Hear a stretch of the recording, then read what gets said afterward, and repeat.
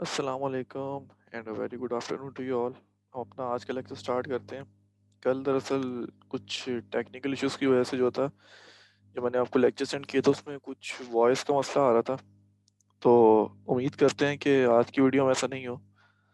ठीक है, तो जैसे कि मैं एक काम करता हूँ कि कल का लेक्चर भी रिपीट करता हूँ कर देता हूँ, साथ साथ जो है दूसरा लेक्चर भी आपको साथ साथ डिलीवर कर देता हूँ। ठीक है, तो जो कुछ स्टूडेंट्स कह रहे थे कि सर वो आप काइंडली जो आपने पढ़ाया तो उसी को रिपीट कर दें, तो मैं रिपीट भी कर देता हूँ। उसके साथ साथ जो आज का लेक्चर है वो भी मैं आप लोगों को बना के सेंड कर देता हूँ।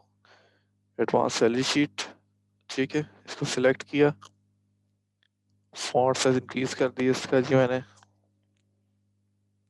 Name depart basic salary commission bonus allowance total salary tax net salary. ठीक है, उसके बाद मैंने सबको बॉर्डर लगा दिए। बॉर्डर लगाने के बाद number, name, department, basic salary, commission आ गया 30%, बोनस आ गया 40%, अलाउंस आ गया 15%, टोटल सैलरी टैक्स आ गया 10%, और उसके बाद आ गया नेट सैलरी। इसको सिलेक्ट करने के बाद मैं आया फॉर्मेट में गया, auto fit column fit 1 2 3 4 5 6।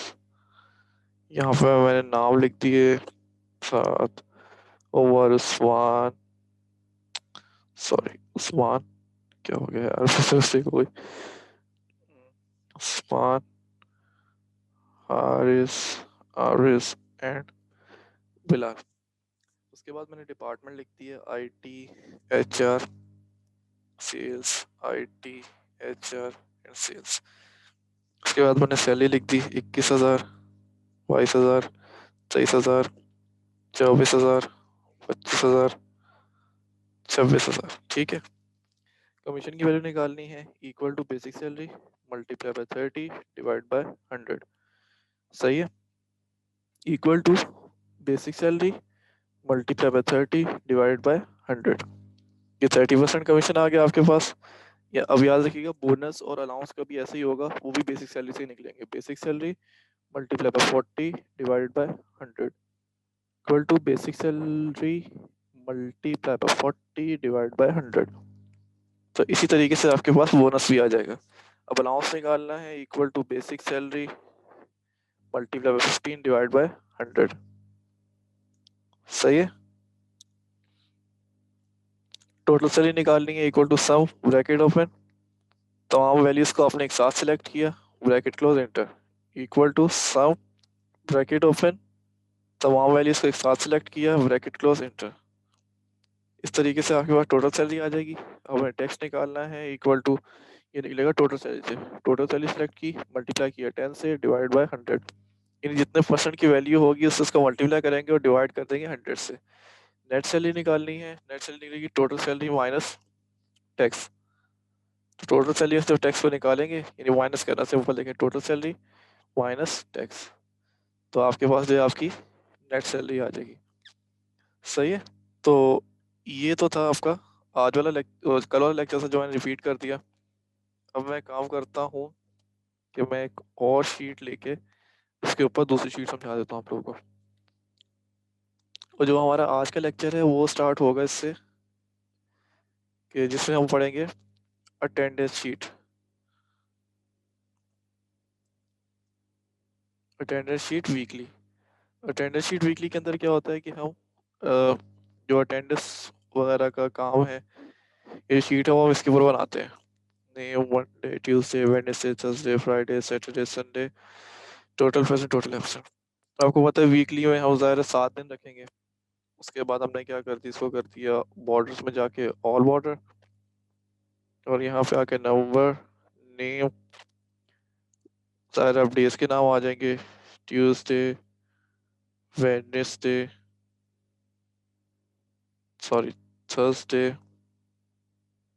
Friday,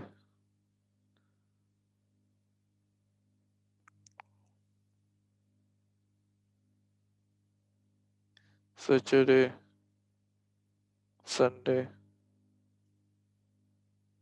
total present and total absent. उसके बाद जाके फॉर्मेट में जाके ऑटो फिट कॉलम फिट। अच्छा, अब आपने एक चीज नोट की होगी कि यहाँ मैंने संडे का भी जो कॉलम है वो भी बनाया हुआ है। तो संडे को तो होता है ऑफ, तो उसके लिए हम क्या करेंगे कि इतने हिस्से को मैंने कर दिया सिलेक्ट। ठीक है, पूरा सिलेक्ट करने के बाद इसको मैंने कर दिया मर्ज एंड सेंटर। सही है। अब ज़रा आपने देखा होगा संडे से अपवर्ड डायरेक्शन में लिखा हुआ आता है, तो उसके लिए हम क्या करेंगे, ये हमारे पास ऑप्शन आ रहा होता है होम के अंदर ओरिएंटेशन का। ये बेसिकली टेक्स्ट की ओरिएंटेशन को सेट करता है। तो आप यहाँ पे आके इसको कर दें वर्टिकल टेक्स्ट। सही है, ये आ गया। उसके बाद लिखा 1 2 3 4 5। अच्छा जी, यहाँ पे मैं नाम लिख देता हूँ सलमान स्वान आरिस ओवर एंड यस्ता। अब मैंने रख दिया कि भाई कुछ लोग जो हैं वो प्रेजेंट हैं।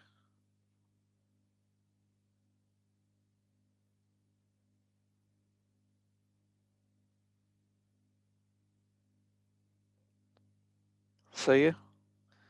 और ये जो खाली पोर्शन है इसमें मैं रख देता हूँ कि भाई एब्सेंट भी है, जाहिर सी बात है। तो ये हमने फिल आउट कर दिया।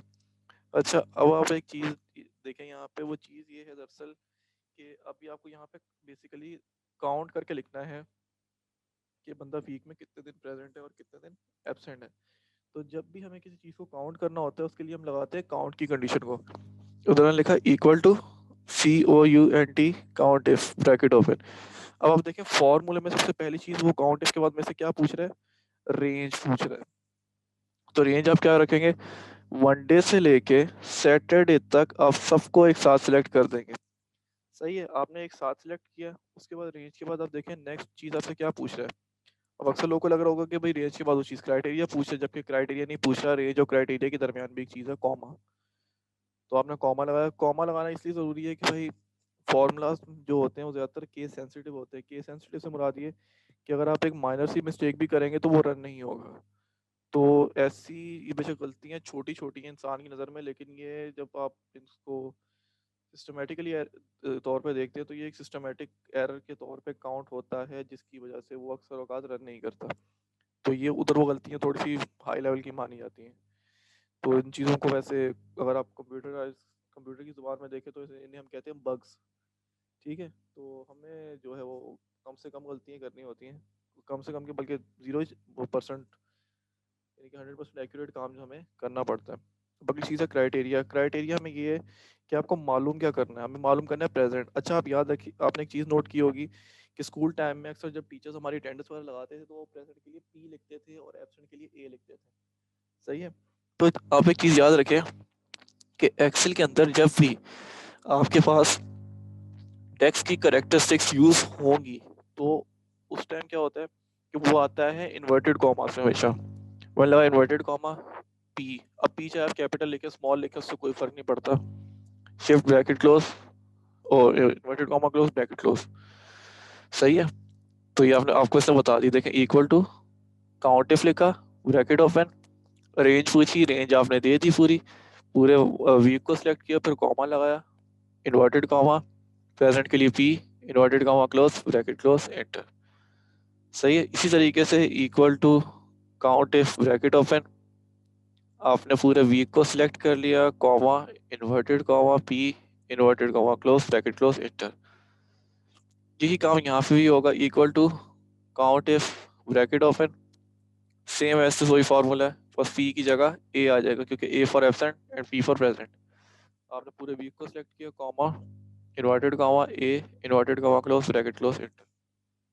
Equal to count if bracket open, oh sorry sorry sorry, यहाँ पे मैं वो ब्रैकेट लगाना भूल गया था। ब्रैकेट ओपन, पूरे वीक को सिलेक्ट किया, comma, inverted comma A, inverted comma close bracket close enter. तो इस तरीके से आप एब्सेंट मालूम कर सकते हैं और इसी तरीके से आप जो है वो प्रेजेंट मालूम कर सकते हैं। तो ये थी हमारी आज की शीट जिसके अंदर हमने देखा कि हम अटेंडेंस शीट वीकली कैसे बनाते हैं, और इससे पिछली शीट के अंदर मैंने क्या बताया था कि हम एडवांस सैलरी शीट कैसे बना सकते हैं। सही है। तो ये मैंने 2 लेक्चर्स को एक साथ ही मर्ज करके मैंने बना दिए ताकि आप लोगों को कोई डिफ़िकल्टी ना हो। इधर आप देख रहे हैं काउंट का फॉर्मूला यूज़ हुआ हुआ है, is equal to count if bracket open range select कर ली, comma inverted comma P inverted comma close bracket close. इस तरीके से एब्सेंट का भी है, बस पी की जगह ए आ जाएगा। और पिछले में क्या था, बेसिक सैलरी तक कुछ सारी वैल्यूज दी हुई थी। कमीशन निकला basic salary multiply by 30 divide by 100। Bonus निकला basic salary multiply by 40 divide by 100 और basic salary multiply by 15 divide by 100। Total salary कैसे निकली, equal to sum bracket open, आपने बेसिक सैलरी से लेकर अलाउंस तक सबको सिलेक्ट कर लिया। उसके बाद टैक्स, टैक्स कैसे निकलेगा, टोटल सैलरी से equal to total salary multiply by 10 divide by 100। ये आई 10 लिखा हुआ है, इसको कोई 110 ना समझिए, आई 10 लिखा हुआ है। उसके बाद नेट सैलरी, नेट सैलरी कैसे निकली, टोटल सैलरी माइनस टैक्स। सही है। तो ये थी हमारी आज की क्लास, जिसके अंदर हमने 2 क्लासेस को मर्ज करके जो है मैंने बना दिए ताकि आप लोगों को कोई डिफिकल्टी ना हो। ठीक है। सो अपनी क्लास को यहीं पे एंड करते हैं। अपना बहुत सारा ख्याल रखिएगा। टिल देन टेक केयर, अल्लाह हाफिज़।